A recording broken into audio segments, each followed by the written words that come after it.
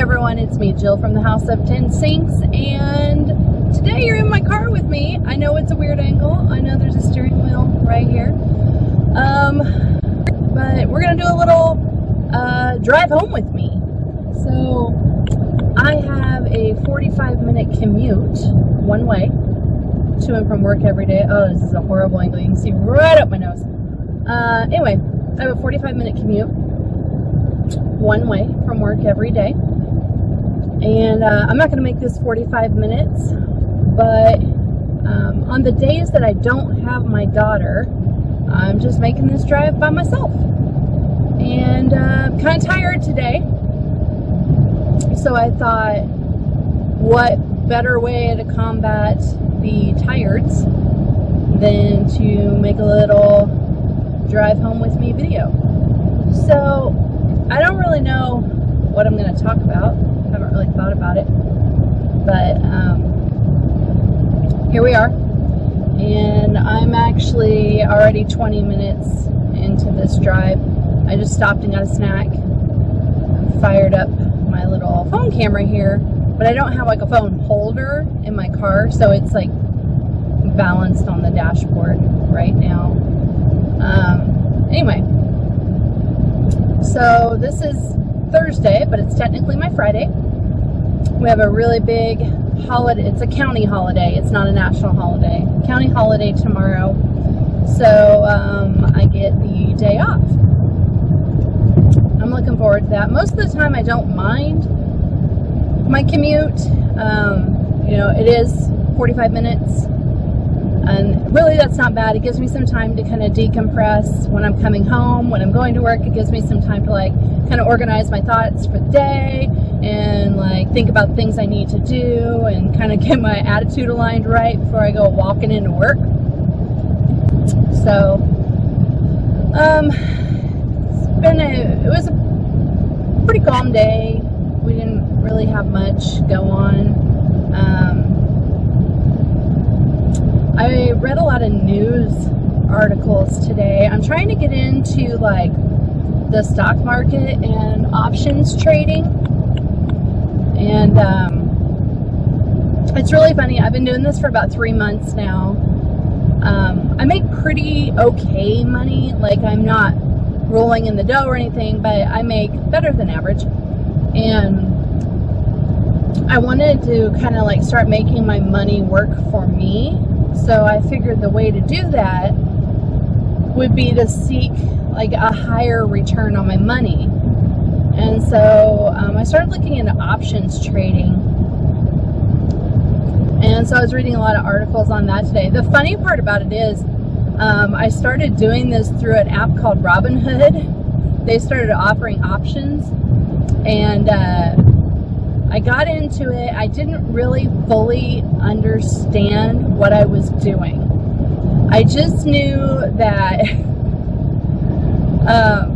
my boyfriend's like, if there's a stock and you think it's going to go down, you buy a put. And I didn't understand what any of that meant. But I was like, oh my God, okay, Snapchat just did this huge update, right? This is a few months ago. And I'm watching celebrities on my Snapchat like swearing off Snapchat forever. They're pissed off. They don't want to deal with it anymore. So I'm like, Snapchat stock is going to go down. So I bought a put on Snapchat stock. And when you buy like an option, you have to choose an expiration date. Like they give you this list of expiration dates. And so I selected my expiration date, and I thought, oh, look, you can see I lost a nail today too. I thought that you were like locked into that expiration date. I didn't know that you could like sell your contract at any time. I like I said, I had been doing this for like 2 days when I did this. So what happened was I was absolutely 100% correct. Snapchat took a huge dive. And I remember at one point, the thing about Robinhood is it makes it really easy to see like what your profits or losses are. And I was looking at my option contract, and I had like a $465 profit. And I had only invested like 50 bucks in this particular option contract. And it was now worth like $510. And I was like, oh man, when I sell this, it's going to be great because I'm going to walk away with like a $500 profit. And I let it go to expiration. And in that time, it climbed back up. And so I actually, my option expired worthless, which what that means is you basically, like, I paid $50. I did not make any profit, and I don't get my $50 back. Like, that $50 was just a wash. I've since learned that when I was up all that money, that $500, I could have sold my contract and walked away with the profit. So basically now I'm just trying to like recreate that magic. I think it was totally beginner's luck. But now that I know I can sell early or get out of my contract early, like I'm just trying to recreate that magic. And so far, man, it's not going well. I bought a put on Tesla stock because I'm convinced that Tesla stock is going to go down. I mean, if you read anything about this company, he does not have the production to back up what he's saying he can put out. I mean, don't get me wrong, I love Elon Musk. I think he's very innovative. The man's a genius, but at some point, you know, he's going to have to realize that his company has grown. The stock value of his company has grown faster than his company is actually worth. And I think when people figure that out, it is going to fall. But in the meantime, I'm watching my investment just freaking tank. Live and learn. The way I see it, you know, when it comes to things like stock market and gambling and that sort of thing, like, well, okay, not so much gambling, but with the stock market, like, I could take that money and I could put it into something that will potentially give me money back, or I could spend it on shoes.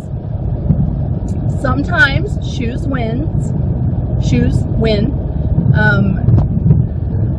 So I'm trying to do better about investing. So anyway, I was reading a lot on the stock market today, and I actually did take a little, it's not really a college class, but it's, I don't even know what they call it. Like, I don't get a college credit for it, and I don't pay a regular tuition fee for it, but it is an online class that I take through a college to, like, understand options trading. So I'm trying to get better at doing that and figuring out, like, what's good and what's not. But anyway, so one of the things that kept coming up in my feed today was the Childish Gambino video for This Is America. And it's been viewed over 66 million times on YouTube. And I think it's only been out something like 4 days. And do you ever, like, you watch something and you just know that you're watching something beyond your comprehension? That's how I felt when I watched this video. Like, I'm watching it and I feel it, that I am watching something that is intense. And I'm not talking about the scenes where, you know, he shoots the guy or he shoots the church choir. It's like there's more here than what I'm seeing on the surface. So I watched it like 3 times, and then I went and I read, there's a guy walking over there, that's weird. Then I went and I read like a couple of articles about, like, interpreting the video and some of the symbolism in the video, and then I went and I watched it again. And then today I read another article in the video and I watched it again. I've probably watched this video at least 5 or 6 times. And I don't know, you guys might have figured this out yet, but I am very left. I'm very liberal. I don't want to debate gun control. I typically try not to debate those hot topics. And the reason is because it's not that I want to have an echo chamber. It's just a lot of what I believe is not backed up with facts. It's just, I know in my heart it feels right to me. So if you come at me and you say that, for example, homosexuality is a sin, I feel in my heart that it's not.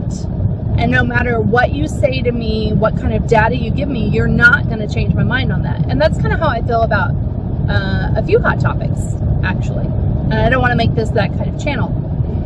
But when I watched that video, it moved me. And one of the things that I'm always trying to do is to like educate myself and better myself. And I don't want to use the term woke, but you know, I want to be a woke ass bitch, man. I don't want to be the kind of person that walks into a room and immediately puts my foot in my mouth because I said something extremely offensive without knowing it. Like I don't want to be that girl. Now I understand that some people are going to be offended no matter what, but I don't want to be that girl. So I watch videos like that, or you know, if I see something about, you know, transsexuals, for example, I'll immediately turn to the wealth and summary of knowledge of all of mankind, the internet, and I'm going to start researching it and try to start figuring out, like, okay, why does this demographic feel this way, and what is their struggle? And you know, I'm a freaking white heterosexual woman, like, can't relate, but it doesn't mean I don't want to understand. Does that make sense? I don't know, but, and one thing that I've noticed, especially living where I live, why don't people research things more? Like, where is the curiosity?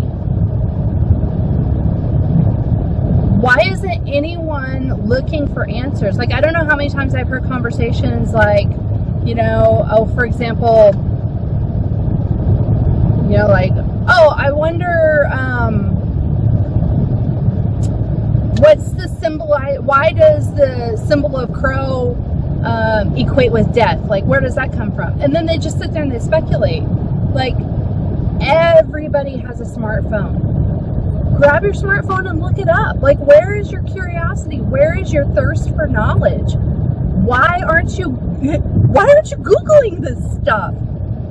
I don't know. I'm forever Googling. Like, it's funny to me, if you pull up my Google history and you look at all the things I've researched, it can be anything from, you know, what's the best beach to stay at on the Oregon coast, to why did Honolulu get named Honolulu, to what's the violence rate against transsexuals,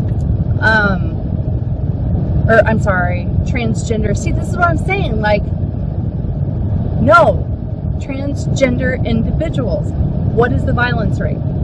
I don't want to sound like a dumb redneck, because I'm not. So, I don't know. Maybe it's just where I live. I don't know. Do any of you guys live in like a bigger, let's say a blue state? Do any of you guys live in a blue state? Is that thirst for knowledge there? Or am I just in a red vortex of ignorance? I don't know. Anyway, this video is almost 15 minutes. It's funny because I really didn't think I'd have anything to talk about. So I still got another freaking at least 20 minutes ahead of me, but I'm going to end this. Thanks for hanging out with me on my drive home, and we'll see you again next time. Bye! Oh, it's a Kansas traffic jam. There's tractors in the roadway. It's an oversized load. Hello, sir.